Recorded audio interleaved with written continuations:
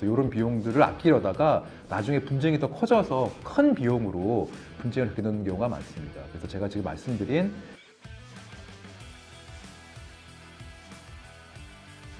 안녕하세요. 유돈로우 채널의 김유돈 변호사입니다.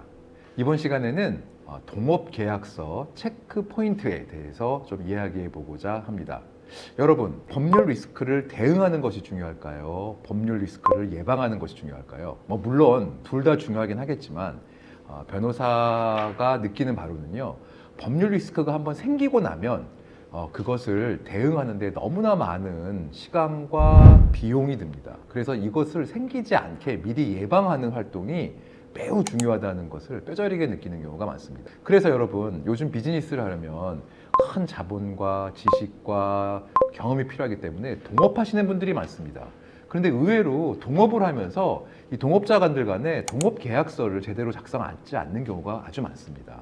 그래서 제가 첫째 우선 말씀드리고 싶은 거는 동업을 결심하시고 동업을 하려고 하면 미리 동업 계약서를 좀 잘 준비해서 쓰셔야 된다, 이렇게 말씀드리고 싶습니다. 자, 그런데요, 이 동업 계약서를 쓰려고 하면 본인들이 이거 돈도 많이 들 것 같고 어떻게 쓰는지도 모르겠고 막막해 하시는 분들 많은데요. 사실 동업 계약서 양식은 인터넷만 봐도 다양하게 많이 있습니다. 다만 본인이 하려고 하고 있는 비즈니스가 특별하게 있을 것이기 때문에 그 비즈니스에 부합하는 동업 계약서를 딱 찾기 힘드실 거예요.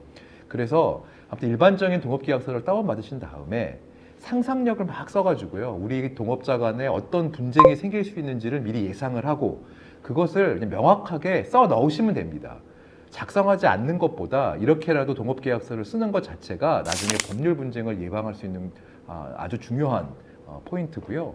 사실 동업계약서를 쓰자고 하면 야, 친구끼리 뭐 그런 걸 써, 너 나 못 믿어? 이런 친구들도 있어요. 근데 이런 친구분들은 사실 오히려 공과 사, 비즈니스 관계와 개인적인 관계를 구분하지 못하는 친구이기 때문에 동업계약서를 쓰려고 하지 않는 친구가 있다면 사실은 동업하는 걸 권해드리기가 저는 좀 어렵습니다. 그래서 오히려 이런 것을 명확하게 쓰고 내가 너를 못 믿어서가 아니라 너와의 신뢰를 잘 유지하기 위해서 하는 것이다 라고 설득해서 동업계약서를 꼭 쓰는 것이 좋고요.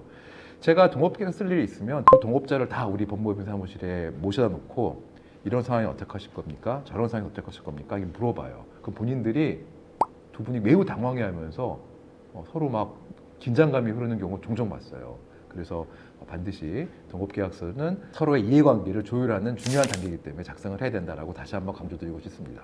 자, 그러면 동업계약서를 작성할 때 어떤 부분들을 체크해야 될까요?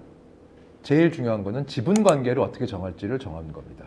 그래서 보통 동업자들은 야, 우리 뭐 n분의 1로 뭐 반반씩 하자, 3명이면 3분의 1씩 하자 하는 경우가 많은데요. 이렇게 n분의 1이나 너무 지분을 나누어 놓으면 효과적인 의사결정이 안 돼서 나중에 분쟁이 생기거나 분쟁이 생겨도 해결이 안 되는 경우가 되게 많습니다. 자, 그래서 지금부터 이 동업계약서에서 지분을 정리할 때 기억해 둬야 될 숫자 4가지를 말씀드리도록 하겠습니다. 첫째는 95%인데요. 지분을 95% 이상 가지고 있으면 나머지 지분을 모두 강제로 매수할 수 있어서 완벽하게 100% 지분을 갖게 될 수 있는 것이 95%입니다. 자, 두 번째로는요, 66.7입니다. 저는 이 숫자를 매우 중요하게 생각하는데요. 이거는 주주총회에서 특별 결의를 할 수 있는 주식 수입니다.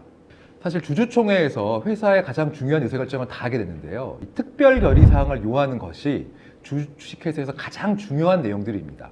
그래서 이사나 감사를 해임한다든지 정관을 변경한다든지 중요한 자산을 양도하거나 양수하는 등의 아주 중요한 의사결정을 하려면 출석한 주주의 3분의 2 이상의 찬성을 요하는 특별 결의를 해야 되는데요. 그래서 만약에 본인이 66.7%를 지분을 갖고 있다고 하면 회사 경영권을 완벽하게 갖고 있다, 이렇게 보실 수 있겠습니다. 다음은요, 50% 플러스 1주입니다. 이것은 주주총회에서 일반 결의사항을 통과시킬 수 있는 것인데요. 대표적인 일반 결의사항이 이사나 감사를 선임할 수 있는 것입니다. 그래서 이 과반수 이상의 주식을 갖고 있어도 상당 부분의 의사결정을 다 할 수 있기 때문에 말하자면 경영권 방어의 마지노선인 지분율이 바로 50% 플러스 1주다, 이렇게 보시면 되겠습니다. 한편 자신이 소수주라고 한다면요, 이 34.4% 이상을 가지고 있는 것이 상대의 특별 결의를 저지할 수 있는 지분이기 때문에 이 지분의 의미가 아주 크다고 할 수 있겠습니다. 자, 이렇게 지분을 지금 자신에게 유리하게 동업관계에서 정하는 것도 중요하긴 한데요. 사실 동업관계를 하면서 지분을 얘기할 때 자기한테만 유리하게 할 수는 없습니다. 상대가 더 기여도도 많고 역할도 많다면 지분을 더 줘야 될 경우도 있을 수 있고요. 아니면 VC로부터 투자를 받거나 하기 위해서는 누군가가 너무 지분을 다 나누어 가지고 있으면 안 되기 때문에 한 사람한테 몰아줘야 될 수도 있습니다. 그래서 이런 경우에는 형식적으로 지분 관계는 이렇게 하지만 그 이면에 실질적인 지분 관계는 이렇다라는 별도의 합의서를 작성하는 경우도 있습니다. 자, 동업계약서 작성할 때 두 번째 포인트는요, 서로의 역할을 명확히 하는 것입니다.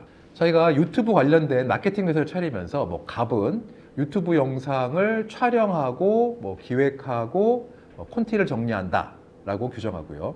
예컨대 제 사건 처리 중에 이렇게 있었습니다. 갑과 을이 동업을 하는데요. 자, 내가 유튜브 영상을 기획하고 콘티를 짤 테니 너는 촬영하고 편집해. 둘의 어떤 역할을 요 정도로만 구별을 놨습니다. 근데 사실 실제로 일을 하면서 촬영과 편집 일이 더 많아지는 경우도 많았고 불만이 생긴 거예요. 그래서 이것이 동업자 간에 분란이 생긴 경우가 있었는데요. 그러니까 자신이 동업을 할 때는 좀 더 구체적으로 예컨대 한 달에 몇 편의 촬영과 하고 예컨대 저쪽에서는 기획과 콘티를 짜고 나머지 경영 활동 중에 요런 것들은 네가 하고 이런 식으로 좀 더 세분화해서 역할을 분담하는 조항을 넣는 것이 좋습니다. 그리고 중요한 것이 동업자 간의 이익과 손해를 어떻게 분담할지도 명확히 정해야 됩니다. 그냥 몇 대 몇으로 이익과 손해를 나눈다라는 취지로 적지 마시고요. 만약에 이익의 6대 4라고 한다면 이익은 구체적으로 어떻게 산정할 것인지, 매출에서 비용을 제외하고 보통 이익이 되는데 이 비용에는 어떤 것들을 넣고 어떤 것들을 뺄지를 잘 미리 상의를 하고 규정하는 것이 매우 중요합니다. 그리고 동업자 간에 지분의 처분을 제한하는 경우가 많습니다. 동업자들 간의 이 지분 관계를 정리할 때 지분의 처분과 관련한 규정을 명확히 하는 것이 중요합니다. 보통 지분 처분을 제한하는 규정에는요, 우선 매수권, 소수주주의 동반 매도권, 대주주의 동반 매도 요구권, 매수 청구권, 매도 청구권 이런 조항들을 두어서 지분의 처분을 제한하는데요. 이런 규정들을 적절히 잘 넣어서 동업자들의 지분 관계를 명확히 하는 것이 중요하겠습니다. 그 다음에 기타 사항으로는요, 계약을 위반한 경우에 위약금이나 위약벌, 그다음에 경업금지를 한다거나 비밀 유지를 하도록 하는 조항들을 적절하게 넣어서 동업계약서를 완성해야 되겠습니다. 사실 이런 동업계약서의 중요한 포인트를 비법률가가 다 잘 알아서 넣기는 쉽지 않습니다. 그래서 제가 강하게 요청드리는 것은 동업할 때 변호사로부터 동업계약서 작성을 좀 요청을 하거나 자문을 받으면 잘 정리해 줍니다. 그래서 사실은 그 비용이 사실 크진 않거든요. 1, 200만 원, 작게는 기십만 원으로도 가능합니다. 그래서 이런 비용들을 아끼려다가 나중에 분쟁이 더 커져서 큰 비용으로 분쟁을 겪게 되는 경우가 많습니다. 그래서 제가 지금 말씀드린 동업계약서의 체크 포인트들을 잘 살피셔서 법률 상담을 받고 꼭 동업계약서를 작성하기를 권해드립니다. 자, 지금까지 유돈로우 채널의 김유돈 변호사였습니다.